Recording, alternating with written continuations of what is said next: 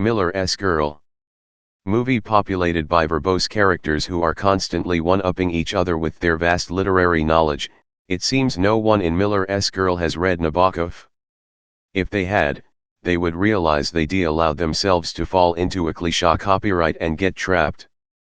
The debut feature from writer-director-producer Jade Halley Bartlett is dripping with Southern Gothic style, as star Jenna Ortega makes clear early in dreamy, self-aware narration that spells out everything.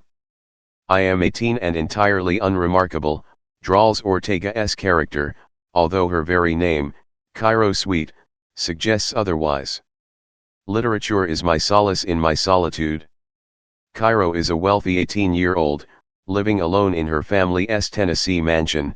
Her parents are globe-trotting lawyers who are gone all the time, we're told.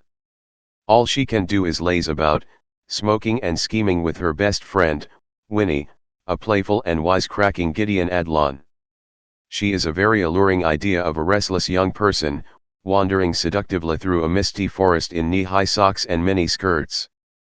But whether she's bored, seeking the approval of a father figure or a little of both, Cairo embarks upon an ill-advised flirtation with someone who truly is entirely unremarkable: her high school creative writing instructor, Jonathan Miller, Martin Freeman. You've heard this song before, young teacher / the subject / of schoolgirl fantasies. But the middle-aged Miller is old enough to be her dad. He's a failed author who turned to teaching, which his wife, Beatrice, reminds him about repeatedly. Just a little bit drunk all day in her silk nighties, Dagmar Chick is very much playing a saucy, blowsy type, but entertainingly so. But there's a spikiness to her speech that the beautiful and wildly talented Cairo has, too. The heightened back and forth between her and Jonathan has a crackle to it at first, a rush of wrongness that's irresistible. Each of them believes the other truly sees them, or at least that's what they tell themselves to justify spending time together after class and off campus. But the kind of sharp and specific high school banter that made movies like Heathers and Thoroughbreds so invigorating quickly grows wearisome in Miller S. Girl.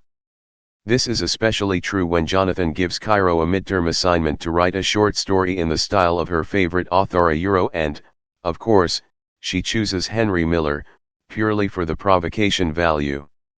The cross-cutting between her writing the piece and him reading it in the privacy of his study, each taking turns narrating her pornographic, purple prose, is exhilarating from an editing perspective but inadvertently hilarious from a narrative one. Through it all, Ortega is magnetic enough to keep us watching, even as her character's motivations eventually seem pointless and inevitable. There's a lot of Wednesday Addams in this character, who's girlish yet wise beyond her years, who's blizz a copyright yet yearns to watch the world burn. Freeman is a sturdy presence by comparison in his cardigans and khakis,